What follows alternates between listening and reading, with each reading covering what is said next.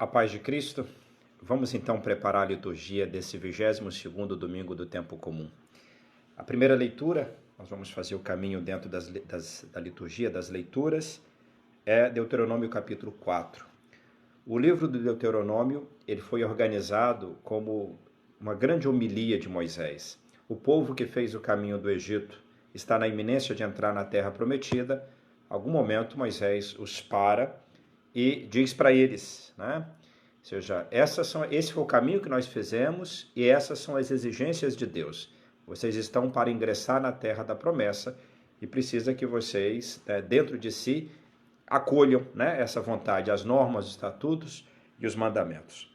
Então hoje nós estamos no capítulo 4, nós vamos ter os versículos assim, né? Nós começamos com o versículo 1, né?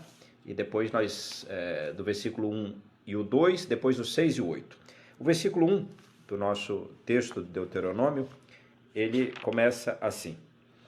Moisés falou ao povo dizendo, recordamos, é uma grande homilia de Moisés, tudo aqui, né?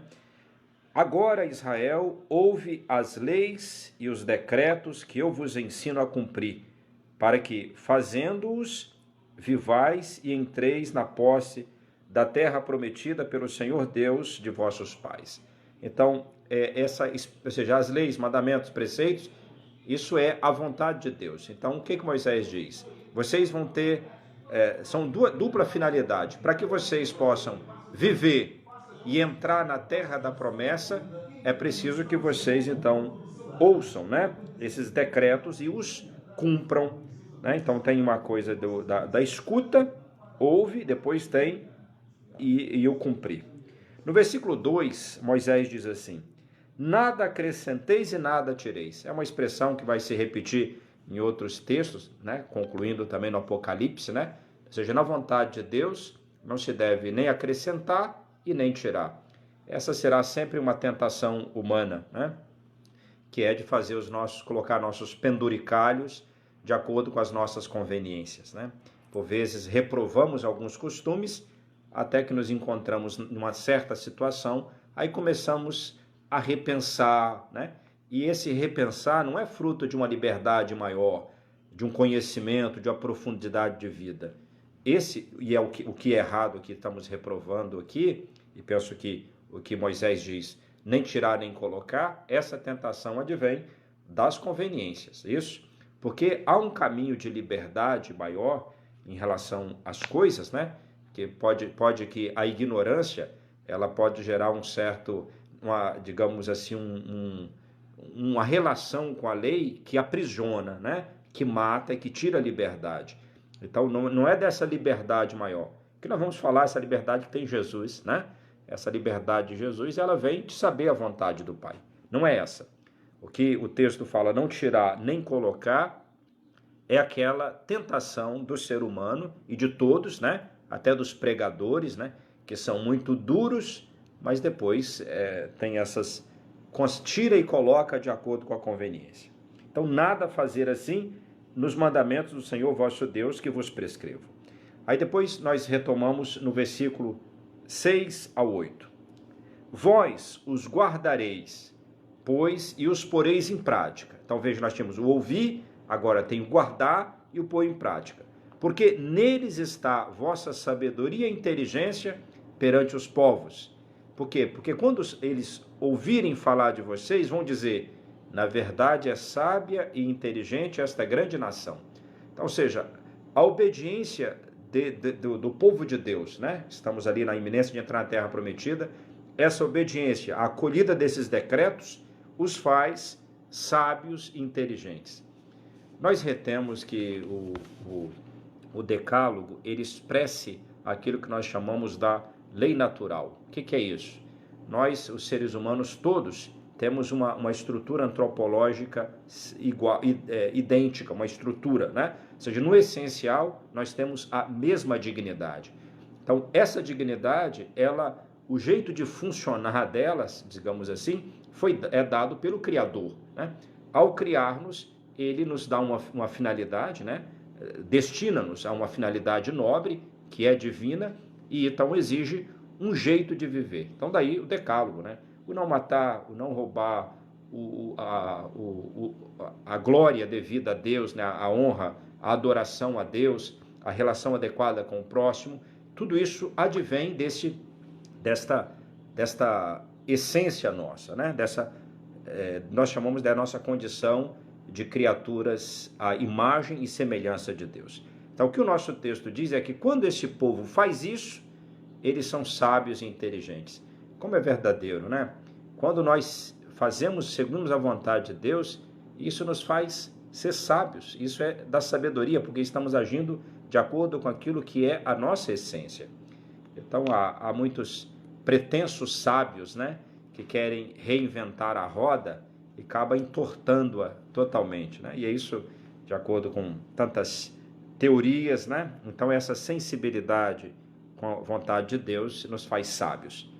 Pois qual é a grande nação, no versículo 7 do capítulo 4 de Deuteronômio, pergunta Moisés, qual é a grande nação cujos deuses lhes são tão próximos, como o Senhor nosso Deus sempre que o invocamos, né? Se o povo de Deus no Antigo Testamento percebe essa proximidade de Deus, esse é um toque muito especial dessa tradição do Deuteronômio, a proximidade de Deus, né? Há outras tradições que falam um pouco desse Deus abscônditos, né? Do Deus distante, desse temor em relação até um medo de aproximar-se. Mas essa tradição do Deuteronômio fala dessa proximidade. Se isso é verdadeiro para o povo do Antigo Testamento, que dizer para os cristãos com a encarnação de Jesus? Versículo 8 continua a pergunta. Que nação haverá tão grande que tenha leis e decretos tão justos, como esta lei que hoje vos ponho diante dos olhos? Isso é o que distingue o povo, essas leis justas, leis dadas por Deus. E o suco delas, digamos, a essência delas está no decálogo, né? Nós chamamos os mandamentos, os 10, né? Esse decálogo expressa a essência dos ensinamentos, dos decretos dados por Deus. Depois isso chega, digamos, são especificados em relações de coisas circunstanciais, né? Do povo na vida, de acordo com as circunstâncias, porque mudam, mas há uma essência que permanece. Tá bem. Então, esse texto de Deuteronômio, o que ele deixa para a gente é que, como o ser humano deve buscar o conhecimento desta vontade de Deus, esta essência que está ali, né? Esse querer de Deus sobre a nossa vida, porque isso digamos, vai nos fazer sábios. As relações serão boas. Por quê? Porque aquele que nos criou, ele colocou em nós a sua marca, e é como se ele nós, de alguma maneira, ele coloca também o itinerário que devemos caminhar para realizar em plenitude o seu projeto sobre nossas vidas. O Salmo é o Salmo 14, na Bíblia Hebraica é o Salmo 15, nós podemos dizer que estamos diante de quase que uma síntese, né? Um compêndio de moral ali, né? E assim, eu destaco, ele fala de quem entrará, Senhor, aqui até a gente até canta, né? Senhor, quem entrará na tua casa, no teu santuário? É preciso, ele fala, praticar a justiça, a verdade, sem calúnia, sem difamar, sem usura, não aceitar suborno, né?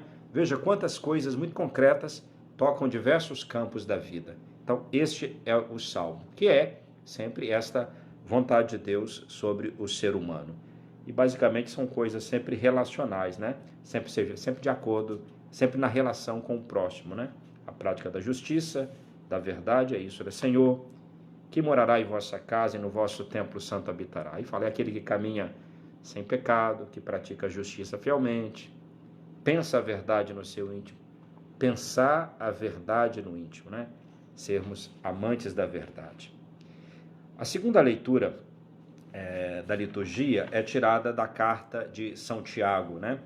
Esse texto é um texto, digamos assim, que tem uma pegada moral muito forte, né?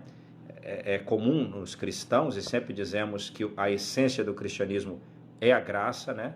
É o dom, né? É esse dom precioso dado por Deus. Mas esse texto da carta de São Tiago faz uma síntese importante, que é, se é verdade que nós recebemos o dom, esse dom nos compromete a práticas muito concretas, né? Então, quando lemos esta carta de São Tiago, que, aliás, ela teve até uma dificuldade, né, digamos assim, de ser acolhida no contexto da reforma, né? Martinho Lutero dizia que é uma carta de palha, porque parecia que o princípio colocado por São Tiago, que a fé sem obras é morta, contradiria o princípio paulino de que digamos, a essência da relação com Deus vem pela justificação dada gratuitamente, né? Sem a prática da lei. Então, e não, essas coisas, embora haja uma tensão aí, mas é na síntese que vivemos o cristianismo, né? Então a gente tem que estar muito atentos a não pensar aquilo, porque um cristianismo muito redondinho pode ser que não seja, porque o cristianismo, ele nasce digamos assim, já uma tensão. Imagina o mistério de Deus que se encarna, ou seja, esse indivíduo particular, ele é regra universal para todos nós. Então aqui já tem uma tensão. Então, assim também, dentro dos livros da Bíblia, não tem esse pensamento linearzinho assim, não. O fio de ouro que tudo costura, obviamente, é a pessoa de Jesus Cristo, e ele é o critério, inclusive, de interpretação nosso. Mas há essas tensões. Mas é só para dizer assim, basicamente, o entendimento de Paulo da fé, a fé que justifica, é a fé como, não só como essa fé totalizante, né? Esta fé onde o ser humano se entrega nas mãos do outro e sabe que a sua salvação vem dessa pertença. Obviamente, é aquilo que ele dirá na carta aos Gálatas, Paulo, essa fé que age por meio da caridade. Porque ao aderir, não é só uma fé psicológica, isso é importante, é aquela fé cheia de obediência. Romanos, capítulo 1, versículo 5. Eu prego aos pagãos o quê? A obediência da fé, né? Então essa. E São Tiago, quando ele fala que a fé, digamos, ela seria insuficiente, é porque São Tiago tem a percepção da fé só como conhecimento, né? Ele até fala que os demônios também creem, né? E tremem. Obviamente, nessa perspectiva paulina, seria impossível os demônios crerem, né? Então, nós temos, embora o mesmo conceito, mesma palavra, mas tem um conteúdo diferente na perspectiva paulina, não é isso? Então, por isso, a fé, só para dizer, o que nós queremos dizer, é que esse texto de São Tiago, ele mexe conosco. Veja o que ele diz nesse texto. Todo dom precioso, toda dádiva perfeita vem do alto, ou seja, toda graça, tudo que o que nós precisamos vem de Deus, desce do Pai das luzes, seja porque ele é o Criador, né, de tudo, mas também aquelas luzes de que necessitamos, e nele não tem mudança, não tem sombra, né? Não tem variação. De livre vontade, ele nos gerou. Aqui, né, nós viemos da mão de Deus. E gerou como? Pela palavra da verdade. Né? Nós somos criados em Cristo, dirá Paulo, né? Nós somos em Cristo e em vista dele, a fim de sermos como que as primícias de suas criaturas. Então nós somos aqueles primeiros frutos, isso, então as primícias das suas criaturas. Recebei, no versículo 21b desse capítulo 1 de São Tiago, recebei com humildade a palavra que em vós foi implantada pela pregação, sobretudo, obviamente, da escuta, mas tem uma palavra implantada na nossa própria estrutura antropológica, né? Ou seja, nós fomos criados para amar, para o bem. Isso. Então, há uma palavra implantada que nós recebemos com humildade, ou seja, essa estrutura em nós somos agradecidos por ela estar em nós, e que é capaz de salvar as vossas almas. Mas, sobretudo, esta palavra é aquela também pregada, né? Esta palavra que define o ser humano, mas ela é sempre repetida, porque fragilizados que fomos, precisamos reescutá-la, né? O ser humano, se fôssemos sem pecado, nos bastaria a lei natural. Isso, obviamente, nos bastaria. Mas isso é só um pensamento, assim, bem hipotético, porque não é assim. O fato é que somos todos com o coração partido, né? E precisamos sempre de novo ser anunciado a nós a misericórdia e o chamado à conversão. Essa palavra é capaz de salvar as vossas almas, as vossas vidas. Essa palavra implantada, essa palavra pregada. Todavia, versículo 22, sede praticantes da palavra, e não meros ouvintes enganando-os a vós mesmos. Isso, eu sinto que a liturgia de hoje, ela chama a gente constantemente a esta, eu diria assim, a a concretude, sabe? A coerência, né? Aquilo escutado ser vivido. E isso nós enganaríamos a nós mesmos, óbvio. Enganar quem? A Deus, né? Ser só um mero ouvinte, um mero leitor, um mero conhecedor, sei muito, até pregos para os outros, mas e aí? Com efeito, versículo 27, a religião pura, é isso? Aqui o São Tiago usa o termo grego, deixa eu ver se eu encontro ele aqui. Isso, Threskeia seria essa reverência, né? Essa reverência para com a divindade. Nós traduzimos como religião. Qual é a religião pura e sem mancha diante de Deus? Olha o que diz São Tiago. Assistir os órfãos e as viúvas em suas tribulações e não deixar contaminar pelo mundo. Duas atitudes. Diria uma mais social, de saída de si, isso. Então essa é a religião pura e sem mancha. Assistir os órfãos e as viúvas, e o outro é não deixar se contaminar pelo mundo. Ter um cuidado com o coração, isso. E as duas coisas, essa é uma boa síntese, né?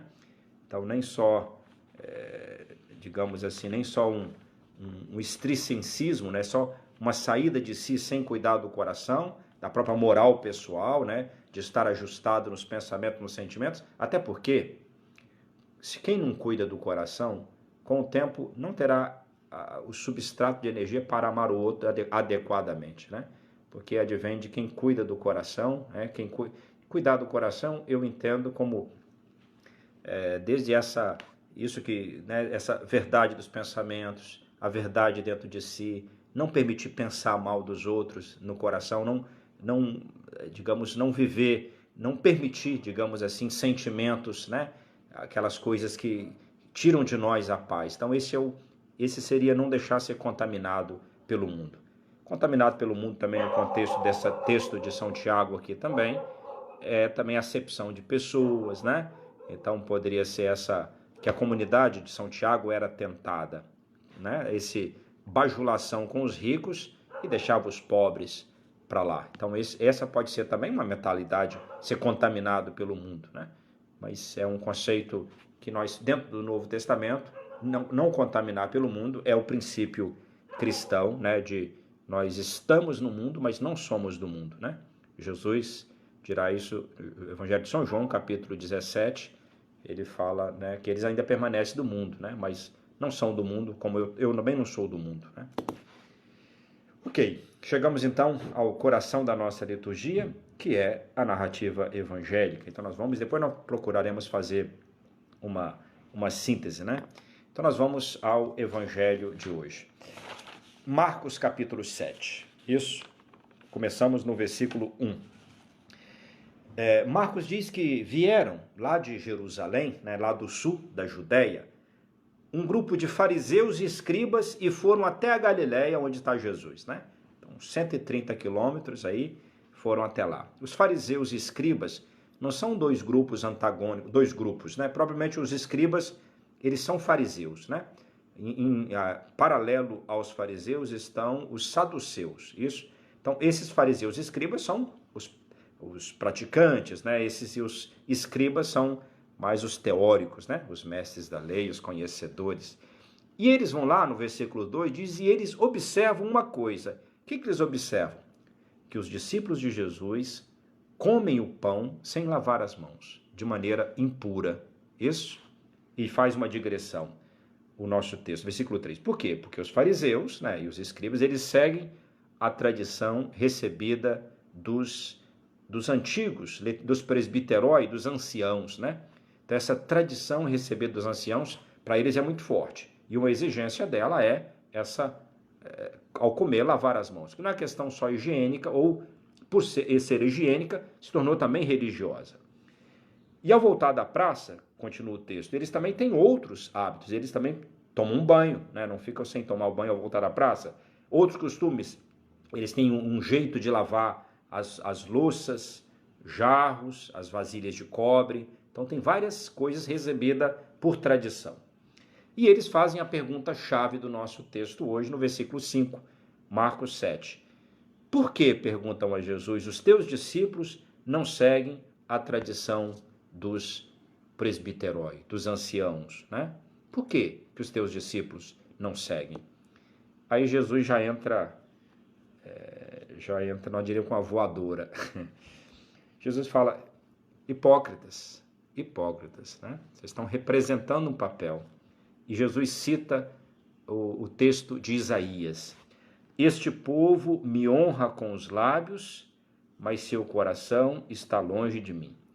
Eu gostaria que você, amanhã, né, ao estar sentadinho lá, escutando, aliás, vamos estar de pé, né, escutando esse evangelho, sentisse essa palavra dita a você, né? Sentir a palavra dita a nós, porque a chance nossa de conversão é se nós percebermos que o que o Jesus fala é para nós, é para mim em primeira pessoa, né? Você que está me honrando com os lábios, mas o seu coração está longe de mim.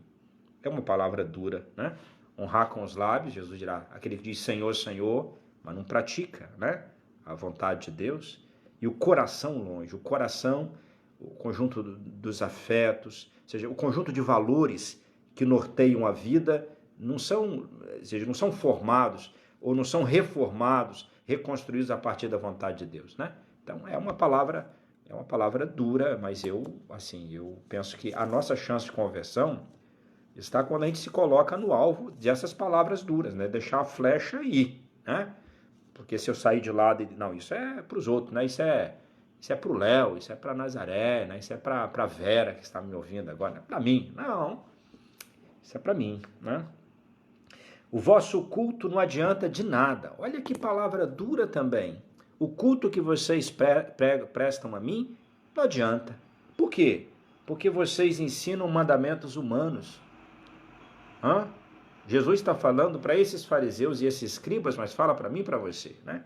E quando fala aqui de mandamentos humanos, obviamente Jesus se refere àquela tradição antiga, porque, atenção aqui, vou fazer uma digressão. O cristianismo ele é essencialmente tradicional. Em que sentido?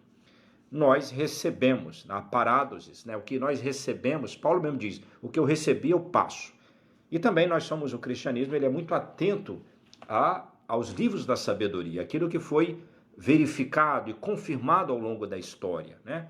Então é da natureza do cristianismo. Agora o cristianismo, por ser guiado pelo Espírito, ele é também essencialmente aberto a uma plenitude de futuro, né? Se alguém poderia dizer que o cristianismo ele é conservador e progressista ao mesmo tempo.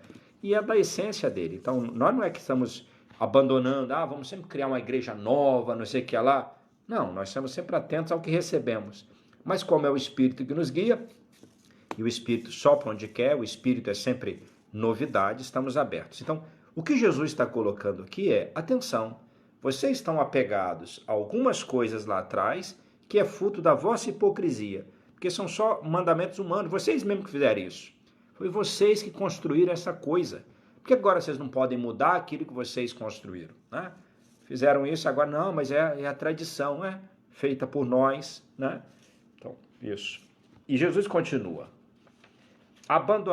Vocês abandonam a entolé de Deus, ou entolai, né? Os mandamentos de Deus, para seguir a parádosis, a tradição dos homens. Tem um contraponto aqui, ou seja, ao mandamento de Deus, aqueles que Moisés falou que a gente não pode ir nem para a direita nem para a esquerda, né? Não pode tirar nem colocar. Então, há um mandamento de Deus que está em tensão com tradições nossas. Essas tradições nossas são aquelas coisas fruto das nossas conveniências, né? Aquelas coisas onde mais aconchegante. Eu construo uma igreja onde do meu jeito, por quê? Porque assim é como um ninho que eu me adequo bem. Mas é a vontade de Deus? É o que o Espírito está pedindo? E como é que a gente sabe isso? Caros, precisa de discernimento, precisa de escuta, né? Ninguém tem a vontade de Deus no bolso para ninguém. Ninguém tem. Isso é fruto de escuta. E escuta, inclusive, que os que nos precederam, né? Os santos, né? Essa democracia, alguém disse assim, não só sincrônica daqueles que estamos aqui, mas diacrônica, né? Os santos, eles votam também como com pedrinhas, né? Chesterton, que disse isso, me parece, com as pedras tumbais dos nossos santos. Nós escutamos eles, né? Hoje, dia de Santo Agostinho, esse grande, escutamos Tomás de Aquino, escutamos Teresa de Calcutá, né? Escutamos todos esses nós escutamos, ok? E escutamos, sobretudo, através deles e no nosso tempo, o que o Espírito diz à igreja. Em seguida, Jesus, depois de dar, digamos, esta repreensão muito dura, vamos colocar um termo repreensão assim, né? Jesus chama a multidão a si. Agora ele vai ser o mestre dele. Estamos no versículo 14. Olha o que ele diz no versículo 15. O que torna impuro o homem, o ser humano, não é o que entra nele vindo de fora, mas o que sai do seu interior. Este é um princípio extraordinário para o cristianismo, né? Então é um princípio do cuidado com o coração, porque é o que sai de lá. Aí nós damos um salto, no versículo 21 e 22, Jesus vai dizer o que pode sair de dentro do coração humano. O que sai de lá? Pode sair más intenções, imoralidades, roubos, assassínios, adultérios, ambições desmedidas, maldades, né, aquele dolo, fraudes, devassidão, inveja, calúnia, orgulho, falta de juízo. Veja, uma lista aqui, né, tem coisas, né, ligadas ao decálogo, coisa ligada ao que nós chamamos dos vícios capitais. Mas da onde é que sai isso? Do coração. Então, por isso, assim, é o cuidado com o coração. Penso que a liturgia de hoje está a falar da essência da nossa relação com Deus e da vida cristã, né? Da praxis, né? Desta moralidade. A gente não ficar com penduricalho, né? Não se perder em muita coisa, mas essa essência vem com o cuidado do coração. Cuidado, porque se de um lado estão essas coisas, então devemos, em vez de más intenções, boas intenções. Em vez da imoralidade, a moralidade. Em vez do roubo, a generosidade. Em vez do assassínio, o cuidado com a vida. Em vez do adultério, né? Seja o respeito pela família. As ambições desmedidas, né? Isso São Tiago, Paulo dirá na carta a Timóteo, né, naquele texto, que os males todos vêm este amor ao dinheiro, né? Este amor ao dinheiro, esse é o problema. Então, essas ambições desmedidas, as maldades, então, se há maldade, então, a bondade ao outro lado, a fraude, né? Fraudar o outro, passar o pé na esperteza, né? Então, não, o respeito, né, pela dignidade do outro, o ritmo, segue teu caminho, a bênção de Deus está sobre a tua vida, não precisa de querer pegar de ninguém. Devassidão, inveja, né? A inveja é uma filha da insegurança, da fraqueza, fica olhando para o outro, né? Veja, olhe sobre a tua vida, busque, lute também, né? Abra teu coração para a graça. A calúnia, ou seja, eu tenho essa coisa de que ter que desconstruir o outro para eu parecer que sou alguma coisa. Não precisa, não precisa. Há espaço para todo mundo, o mundo é muito grande, né? Calúnia, orgulho, né? Esse é o mais espiritual e o bichinho pior, né? Essa pretensão, né? Essa vaidade, né? Essa coisa que o ser humano, sobretudo o orgulho, aquele que gera em nós, assim, aquela empáfia de achar que nos bastamos, né? E a falta de juízo. Sugestivo que Jesus começa com más intenções e falta de juízo, falta de sabedoria, né? Essa falta de não ser sábio, né? Então esses são os erros. São, né, isso que pode sair do coração. E Jesus fala, no versículo 23, ele conclui, essas coisas saem de dentro e são elas que tornam impuro o ser humano, né? Ok, então nós vamos fazer uma síntese aqui, e para mim, quando eu li esses textos, né, o que me veio foi isso. Penso que todos os textos estão a falar do que é central, né? Primeira leitura, Moisés insiste com o povo para afastar, né? Não colocar nem tirar. Isso, mas este apego a esta vontade de Deus, para dois motivos, para viver e para entrar na terra. Ok? Então, entrar na terra da promessa, uma terra que é dada, mas para entrar é preciso esta atenção à vontade de Deus. E esta vontade de Deus, que nos dá todos os dons, né? No São Tiago ele diz, esta vontade de Deus, ela tem uma essência, né?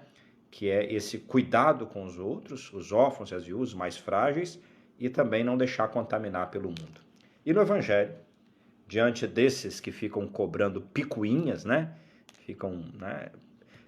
Porque tem isso, né? Não tem uma lista aí das coisas essenciais rodando por aí, né?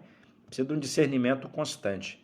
Mas é fato, quando a gente mistura as coisas essenciais com coisas secundárias, a gente é péssimo, como a gente confunde, né? Então é isso, né? Tá, tem que ponta sobre as coisas grandões e as outras vêm por acréscimo. Isso, as outras vêm por acréscimo. Então, o que faz impuro? É não comer sem lavar as mãos? É uma coisa circunstancial? Não. Cuida do teu coração. Cuida do teu coração. Isso, teu coração bom. Ok, valeu aí pela companhia vocês. Então, estou vendo aqui, estão conosco a Márcia, a Jane, a Carla, a Maria das Graças, o Léo, nosso amigo estrangeiro aí, ó. A irmã Lúcia, sempre bom dia, irmã Lúcia, Deus abençoe, sempre presente. Bom dia, irmã Fabrícia, a Vera, um abraço, Vera, a Lúcia Nascimento, a Deise, um abraço, Deise, a Lenilda, a Denise Pestana, a Juliana, a Verônica Rodrigues. Bom dia, da Dom João Bosco, deve ser,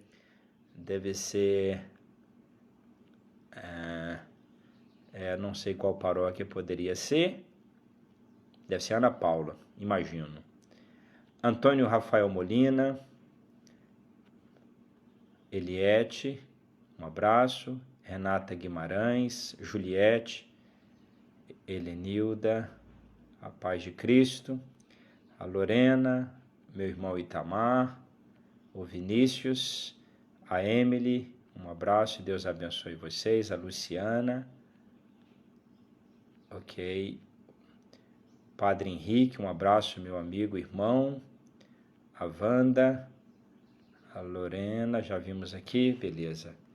Um abraço grande, tá? Fiquem com Deus e vamos nós, né? Então, a gente já dá uma prévia, nos preparando, alargando o coração já para acolher essa palavra de amanhã. Isso. E deixar apanhar por Jesus, né? É uma boa coça que nos corrige bem, né?